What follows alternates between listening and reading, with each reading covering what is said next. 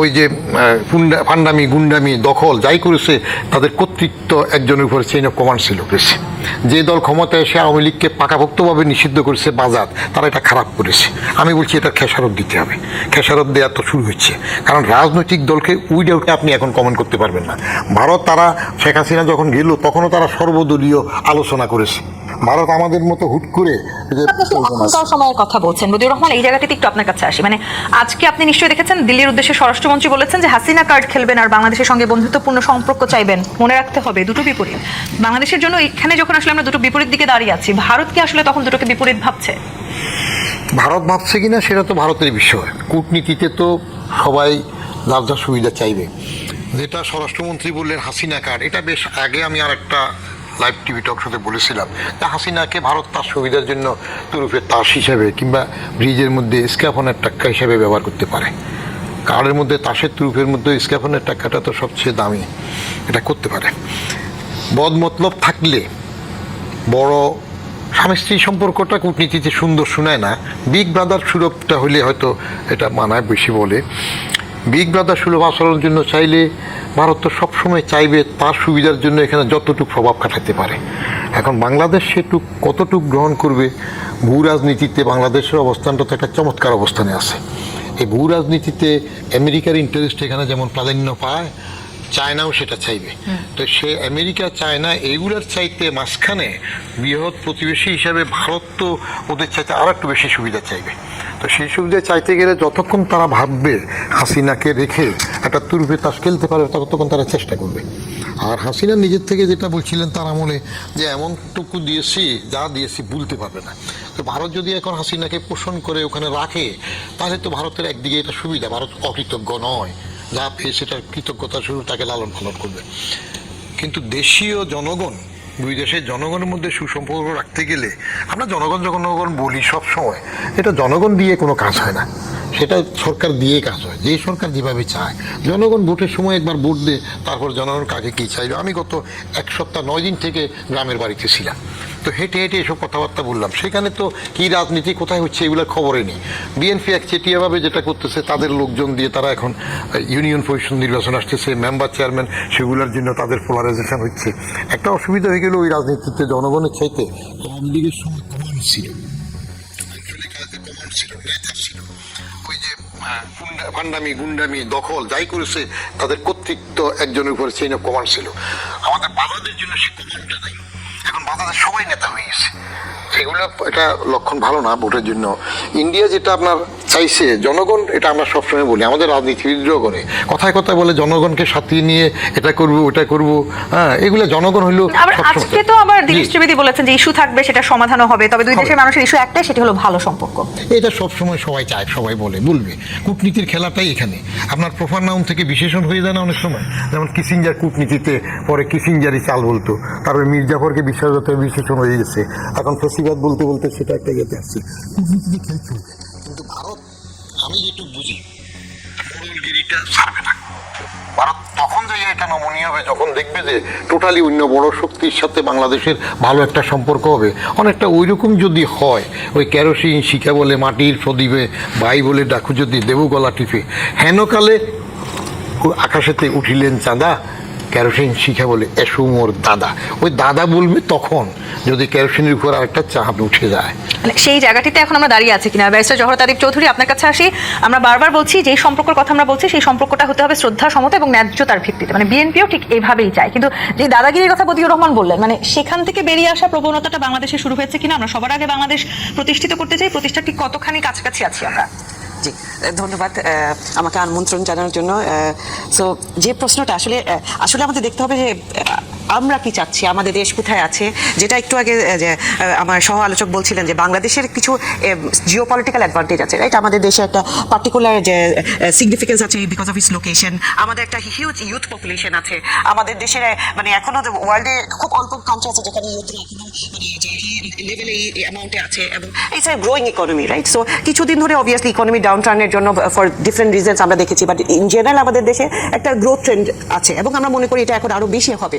যে given the recent আমরা যেসব পলিসি লেভেল চেঞ্জেস দেখছি, সো এই অবস্থাতে বাংলাদেশকে বাংলাদেশের মতো করে আমার প্ল্যান করতে হবে যে আমি কী চাই, কীভাবে চাই, আমার বাংলাদেশের কী কী সমস্যা আছে, রাইট? আমাদের যেরকম করে উই হ্যাভ সাম অ্যাডভান্টেজ, আমাদের কিছু চ্যালেঞ্জেসও আছে, বিকজ আমরা ডাউন স্ট্রিমে আছি, আমাদের পানির ন্যায্যতা ইনশিওর করতে হবে, আমাদের রোহিঙ্গা ইস্যুজ আছে। সো আমাদের এই ধরনের বড় ইস্যুতে আবার আমার ইকোনমিকেও আমার যদি যেটা হচ্ছে একটু আগে আরেকজন বলছিলেন যে নেইবার তো আমি চেঞ্জ করতে পারবো না, সো আমার যে নেইবার আছে তার সাথে আমার ইকোনমিক যে রিলেশনশিপ, এটাকে নিয়ে আমরা কিভাবে প্রসপারাস ওয়েতে যেতে পারি সেটা আমার এই দেখতে হবে। চিন্তাটা আসলে এখন বড় হয়ে যাচ্ছে নাকি আসলে শুধু শেখ হাসিনার ইস্যুটাই এখন ভারত এবং বাংলাদেশের সম্পর্কে একটা বড় বিষয় হয়ে যাচ্ছে? আচ্ছা, মানে যেটা হচ্ছে আপনি যখন আজকে যে কনভারসেশনগুলো হয়েছে, মানে যে বিবৃতিগুলো আমরা দেখছি, সব জায়গাতে ফোকাস করা হচ্ছে যে we want a positive relationship with in a conversational, এক সংলাপ হোক, ডিসকাশন হোক।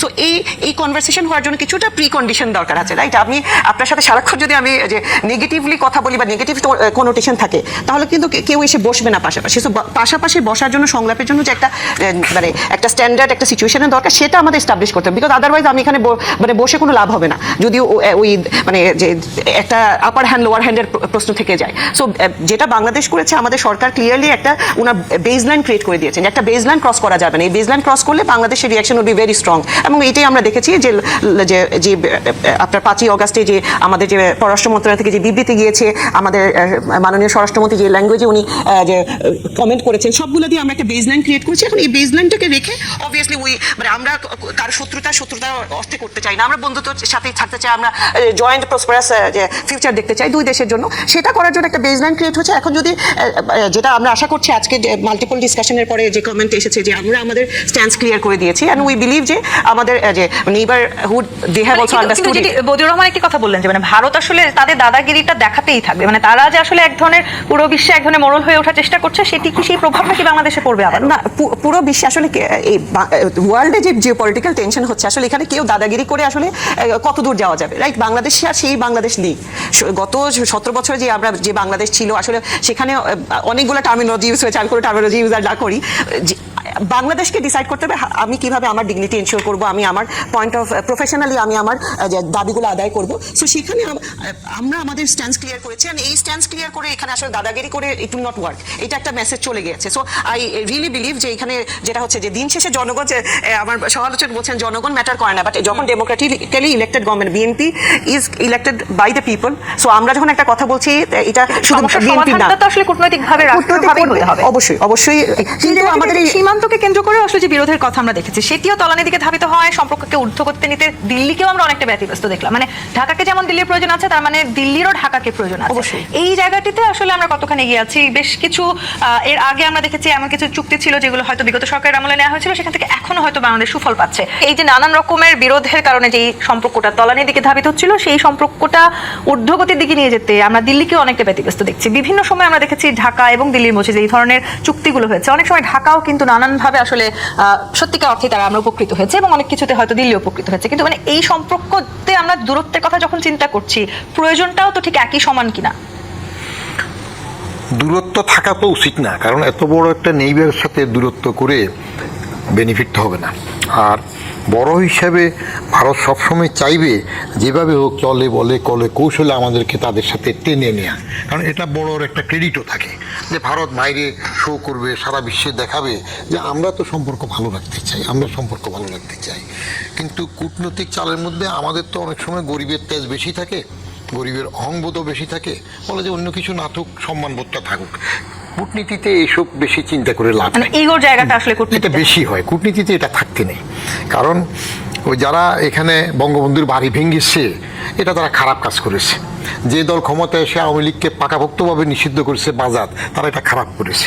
আমি বলছি এটা খেসারত দিতে হবে, খেসারত দেওয়া তো শুরু হচ্ছে। কারণ রাজনৈতিক দলকে উইড আউট করতে হবে ভোটের মাধ্যমে। মুসলিম লীগ যেটা কি হয়ে গেল, মূল লীগটা হয়ে গেল, ওটা উঠে গেল।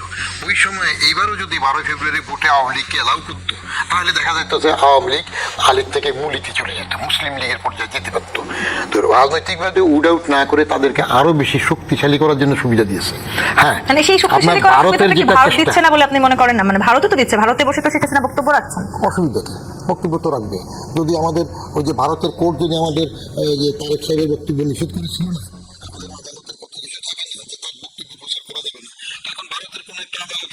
বিচারক বলে যে তার বক্তব্য প্রচার করা যাবে না, তাহলে একটা সমাধান আসবে। তা না হলে ভারত কিন্তু ত্রিবেদী সাহেবরা কথা বলবে এইরকম যে দুই নেতা বসলে, মোদি তারেক বসলে সমাধান হয়ে যাবে, এটা কূটনৈতিক কৌশল বাইরে প্রচারের জন্য, বলার জন্য। আর ভিতরে এখান দিয়ে দরকার হলে ঠিক আছে হাসিনারটা একটু উস্কাই দাও, অসুবিধা কি? সেটাও কি করছে ভারত কোনো না কোনোভাবে? করবে। এটা যদি আপনি শুধু পেতেন আপনিও করতেন। আমরা এক সময় যে বিচ্ছিন্নতাবাদী বলে টোলে সেই যে একজনের উস্কানিটা দিলাম, আবার বাংলাদেশে এক ধরনের সহিংসতা বাড়াতে সাহায্য করছে কিনা কে ভারতের এই উস্কানি? কেন করছে না? ভারত তো সেটা করছে, তার বর্ডারের মধ্যে ওই যে ফুস ব্যাক করার যে চেষ্টা করতেছে, কোন আমলের দাদার আমলের লোকজন খুঁজে টুজে আনে চেষ্টা করতেছে। এগুলো হইলো কারোর সাথে শত্রুতা করতে গেলে এক ভাগ না এক ভাগে তার পেছনে আঙুল দিতে হবে। ওরা ভারত সেটা চেষ্টা করবে, আর মুখে কূটনৈতিক ভদ্রতা রেখে এরকম কথা বলবে। এর ভিতর দিয়ে আপনাকে দেখতে হবে প্লাস মাইনাস করে balance of inconvenience and balance of convenience, এই দুইটার মধ্যে আপনি কতটুকু ব্যালেন্স করবেন। সেই ব্যালেন্সিংটা আসলে আমরা কতখানি পাচ্ছি? ব্যারিস্টার জওহর তারিক চৌধুরী মানে হাসিনা যখন ভারতে বসে বক্তব্য দিচ্ছেন, একই সময় রণধীর জয় স্যার বলেছেন হাসিনা বক্তব্য ভারত সমর্থন করে না। সেটা নিয়ে যদি সুস্পষ্ট বাংলাদেশের বার্তা পৌঁছেছে, কিন্তু সেই বার্তা আসলে ভারত কতখানি আমলে নিয়েছে? আমি তো মনে করি এখন ওনাদের কাছে মেসেজটা একদম ক্লিয়ার। হয়তোবা ওনারা বুঝেননি, যখন আমরা 5ই আগস্টের আগে তো শোনা যাচ্ছিল রাইট যে এরকম ইভেন্ট হবে, ওনারা অ্যানাউন্সমেন্ট করেছিলেন যে এটা, আমরা তো প্রথমে জানতাম যে এটা ফিজিক্যাল ইভেন্ট হবে, তারপর ফিজিক্যাল হয়নি, তারপর তো ইভেন্ট ভিডিও থাকেনি। কিন্তু বাংলাদেশ কিন্তু মানে একটা মোটামুটি একটা মেসেজ ক্লিয়ারলি দিয়ে রেখেছিল যে এই ধরনের প্রোগ্রাম হওয়ার আমরা অ্যাকসেপ্ট করি না, এরকম যেন না হয়, যে ভারতের মাটি ইউজ করে কেউ যেন রাজনৈতিক ফায়দা লুটার চেষ্টা না করেন। কারণ একটু আগে আপনি বলছিলেন যে বাংলাদেশি সহিংসতা ছড়াচ্ছে না, অবশ্যই ছড়াচ্ছে। একজন ম্যাস মার্ডারার ওখানে বসে বড় গলায় যে মানে বিন্দুমাত্র অনুশোচনা তো হচ্ছে না, বরঞ্চ বড় গলায় আবার মানে সিরিয়াসলি মানে দেশের এগেইনস্টে কথা বলা হচ্ছে। এটা তো আমার আসলে মানে রাষ্ট্রদ্রোহিতার শামিল। সো এইরকম একটা ম্যাস মার্ডারার যে কনভিক্টেড আসামি, বাংলাদেশের একটা যে মানে প্রপার কোর্টে প্রসিডিওর অনুযায়ী ওনাকে যে আসামি ওনাকে এই দণ্ড দেওয়া হয়েছে। সো এই মানুষটাকে ভারতের মাটিতে বসে ভারত সরকার অবশ্যই ওনাদের কন্ট্রোলিং পাওয়ার আছে, ওনাদের দেশের মানে সয়েল ইউজ করে কেউ যদি ক্রিমিনাল অ্যাক্টিভিটি করে, ওনার অবশ্যই তাদের একটা রাইট আছে এটাকে কন্ট্রোল করা। সো বাংলাদেশের এক্সপেকটেশনটা ওইখানেই ছিল। যখন বাংলাদেশ দেখেছে যে এক্সপেকটেশন মিট হয়নি, বাংলাদেশ তার রিয়াকশন দিয়েছে, এবং এই রিয়াকশনটা যে অবশ্যই কাজে দিয়েছে। এই যে আমরা দেখছি যে রিসেন্ট যে ইন্টারাকশনগুলো হচ্ছে, দ্য মেসেজিং আসছে। আবার অনেক রাজনৈতিক বিশ্লেষক কিংবা কূটনৈতিক বিশ্লেষকরা বলার চেষ্টা করছেন যে ভারতের আসলে বডি ল্যাঙ্গুয়েজটাও বাংলাদেশের জন্য খানিকটা বদলে গেছে আগের তুলনায়। অবশ্যই মানে এটাই তো মানে যেটা হচ্ছে কি, আপনি যখন প্রফেশনালি ডিল করবেন, বাংলাদেশ ফার্স্ট বলতে কিন্তু আমরা এক চিটে শুধু বাংলাদেশের ইন্টারেস্ট দেখতে চাই না, আমরা একটা উইন ইন্টারেস্ট দেখতে চাই। আমরা আপনি বলছিলেন যে এই নেইবারের সাথে তো আসলে it's both way relationship right. আমারও কিছু বেনিফিট আছে, ওনাদেরও বেনিফিট আছে, ওনাদের কোনো ক্ষতি হলে আমাদেরও ক্ষতি হতে পারে, ভাইস ভার্সা। সো এই আন্ডারস্ট্যান্ডিংটা দেওয়াটা প্রফেশনালি আমাদের দরকার ছিল। আমি মনে করি আমরা এটা খুব প্রফেশনালি ব্যর্থভাবে আমরা কমিউনিকেট করতে পেরেছি, যে কারণে এখন বডি ল্যাঙ্গুয়েজ চেঞ্জ হয়েছে, কমিউনিকেশন স্টাইল চেঞ্জ হয়েছে, এবং আমি মনে করি যে এখন আরো অনেকটুকু পজিটিভ ট্রেন্ডে যাওয়া উচিত। মানে সেটি হয়তো যাওয়া উচিত, কিন্তু সেটি যাচ্ছে কিনা আমরা মাসুদ করিম ভারতের একটি গণমাধ্যমে তারা বলেছে যে ভারত বাংলাদেশের দ্বিপক্ষীয় সম্পর্ক এতটাই গুরুত্বপূর্ণ যে তা কোনো এক ব্যক্তি বা বিশেষ স্বার্থের কাছে জিম্মি হয়ে থাকবে না। কিন্তু সেখানে তারা এটাও লিখেছেন শেখ হাসিনা ভারতের স্বাগত ও সুরক্ষিত অতিথি হিসেবেই থাকতে পারেন। আমি যেটা বলবো যে দ্বিপক্ষীয় সম্পর্কটা ভারত এবং বাংলাদেশের এটা অনেক বিস্তৃত সম্পর্ক। এটা আমাদের দেশের সাথে 4000 কিলোমিটারের বেশি স্থল সীমান্ত আছে। আমাদের দেশের ইতিহাস, ঐতিহ্য, মুক্তিযুদ্ধ এগুলির সাথে সম্পৃক্ত আছে, ব্যবসা বাণিজ্য আছে, এমনকি বিনিয়োগ, তারপর সাংস্কৃতিক আদান প্রদান, খেলাধুলা, হেন কিছু নাই যেটার সাথে আমাদের একটা দীর্ঘ সময় বাংলাদেশের নির্বাচনের সাথেও তাদের একটা সম্পৃক্ত রাজনৈতিক সম্পৃক্ত সেই ছিল। প্রশ্নটা যদি একটু করি, মানে এই নির্বাচনের প্রভাব থেকে কি আমরা বেরিয়ে আসতে পারবো? আমি যেটা বলতে চাচ্ছি যে এগুলি হলো কোর পলিটিক্যাল সেন্সিটিভ ইস্যু। এটাতে একে অন্যের মধ্যে হস্তক্ষেপ করলে সম্পর্কে একটা ইরিটেশন সৃষ্টি হয়। সেটা আমার মনে হয় ইন্ডিয়ারও করা উচিত না। অর্থাৎ আমাদের ইন্ডিয়া হলো সাউথ এশিয়ার সবচেয়ে লার্জেস্ট কান্ট্রি, সুতরাং তাদের যত বড়ই হোক তারা, কিন্তু আমরাও একটা স্বাধীন সার্বভৌম রাষ্ট্র, অন্যরাও স্বাধীন। সুতরাং রেসপেক্ট কিন্তু সবার সমান, সেটা বড় রাষ্ট্র হোক আর ছোট রাষ্ট্র হোক। সুতরাং বড় ভাইসুলভ আচরণ গ্রহণযোগ্য না। আর দ্বিতীয় যে কথাটা বললেন, যে আমি যেটা বলবো যে অনেক দেশের সাথে অনেক দেশের ইস্যু থাকে, নির্ভর সম্পর্ক থাকে। আমাদের দেশের সাথে বহুবার উত্তম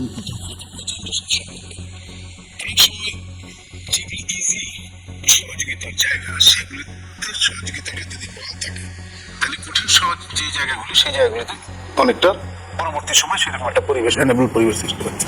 আমি মনে করি যে এনগেজমেন্টটা কিন্তু অবশ্যই বহাল রাখার দরকার।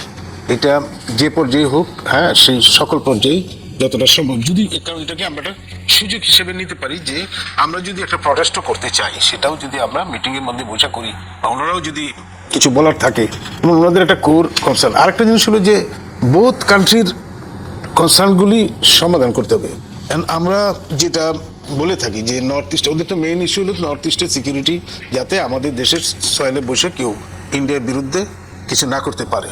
তো সেটা আমরা ক্লিয়ারলি বলে দিচ্ছি এবং এটা তারা দেখছে, শুধু বলা শুধু না, দেখছে যে এখানে কোনো তৎপরতা চলছে না ইন্ডিয়ার বিরুদ্ধে।